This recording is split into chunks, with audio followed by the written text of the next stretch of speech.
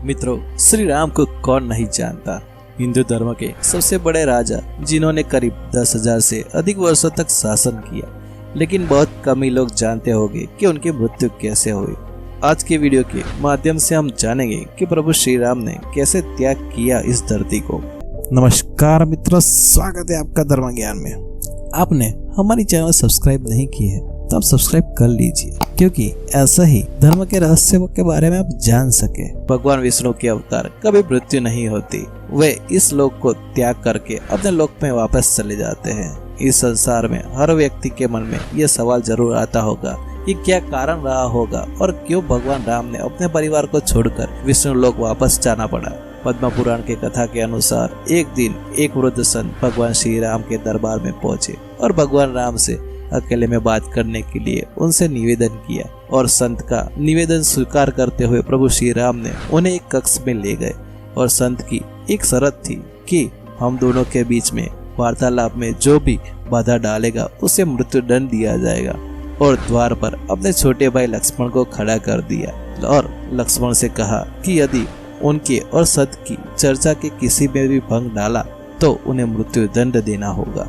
इसलिए जब तक हमारे और संत के बीच वार्तालाप चल रहा है, वह किसी को भी इस कक्ष में प्रवेश करने मत देना। लक्ष्मण ने अपने भ्राता की आज्ञा का पालन करते हुए प्रभु श्री राम और उस संत को दोनों को अकेले में उस कमरे में ही छोड़ दिया। स्वयं कमरे से बाहर आकर दरवाजे पर पहरा देने लगे। प्रभु श्री राम से मिलने के लिए जो संत आए थे वो और कोई नहीं बल्कि कालदेव स्वयं थे। जब प्रभु श्री राम और कालदेव के बीच वार्तालाप चल रहा था कि अचानक प्रभु श्री राम से मिलने उसी समय वहां पर दुर्वासा ऋषि आ गए। दुर्वासा ऋषि ने प्रभु श्री राम से मिलने के लिए लक्ष्मण जी से अनुमति मांगी, लेकिन लक्ष्मण जी ने अपने भ्राता भगवान श्री राम की आज्ञा का पालन करते हुए ऋषि दुर्वासा को कक्ष में जाने से मना कर दिया। ऋषि दुर्वासा एक क्रोधित ऋषि थे। प्रभु श्री राम कई बार इस क्रोध का सामना कर चुके थे।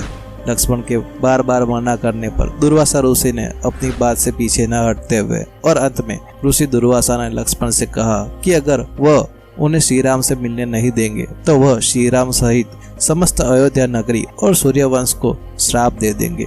ऋषि दुर्वासा के श्राप की बात सुनकर लक्ष्मण एक बार सहम से गए। लक्ष्मण जी समझ नहीं पा रहे थे कि क्या करे और क्या ना करे। ऋषि दुर्वासा द्वारा श्री राम को श्राप देने की बात सुनकर लक्ष्मण जी को काफी भयभीत हो गए और उन्हें एक कठोर निर्णय लेने का प्रण लिया। लक्ष्मण जी कभी नहीं चाहते थे कि उनके कारण उनके भ्राता प्रभु श्री राम और उनके समस्त सूर्यवंश को ऋषि दुर्वासा का श्राप मिले। इसलिए उन्होंने अपने आप का बलिदान देने के फैसला किया। और फिर लक्ष्मण जी आगे बढ़े और कमरे के भीतर चले गए। अपने छोटे भाई लक्ष्मण को चर्चा में बाधा डाल देख प्रभु श्री राम धर्म संकट में पड़ गए। अब भगवान राम एक तरफ अपने फैसले से मजबूर थे और दूसरी तरफ अपने प्यारे छोटे भाई के प्यार में निसहाय थे। उस समय भगवान श्री राम ने अपने प्राण से भरे छोटे भाई लक्ष्मण जी को मृत्युदंड देने के स्थान पर राज्य से बाहर निकल जाने का आदेश दिया। उस समय देश से निकाला जाना भी एक मृत्युदंड के बराबर ही माना जाता था, लेकिन लक्ष्मण जी कभी भी अपने भ्राता प्रभु श्री राम के बगैर एक क्षण भी नहीं रहे थे। इसलिए लक्ष्मण जी प्रभु श्री राम से बोले कि मैं आपके बगैर एक पल नहीं रह सकता, इसलिए मुझे इस देश से निकालने से अच्छा है आप मुझे मृत्युदंड की सजा दीजिए, क्योंकि आपके बगैर मेरा जीवन वैसे भी मृत्यु के समान ही है। भगवान राम ने न चाहते हुए भी अपने छोटे भाई अनुज लक्ष्मण की बात मान ली और लक्ष्मण को जल समाधि लेने की अनुमति दे दी। लक्ष्मण श्री राम और अपने समस्त सगे संबंधियों की आज्ञा लेकर लक्ष्मण जी सरयू नदी के पास गए और सरयू की नदी के भीतर चले गए, अर्थात उन्होंने जल समाधि ग्रहण कर ली। इस तरह लक्ष्मण जी के जीवन का अंत हो गया और वे पृथ्वी लोक से अपने लोक में वापस चले गए। लक्ष्मण जी के सरयू नदी के अंदर जाते ही वहां से शेषनाग के अवतार में वो प्रकट हुए और वापस अपने लोक चले गए। अपने प्यारे भाई लक्ष्मण के चले जाने के बाद भगवान श्री राम काफी उदास हो गए थे। उनका मन कहीं पर भी नहीं लग रहा था। जिस तरह राम के बिना लक्ष्मण नहीं, ठीक उसी तरह लक्ष्मण के बिना राम का जीवन भी अधूरा था। यह सब सोचकर प्रभु श्री राम ने इस लोक से जाने का फैसला लिया।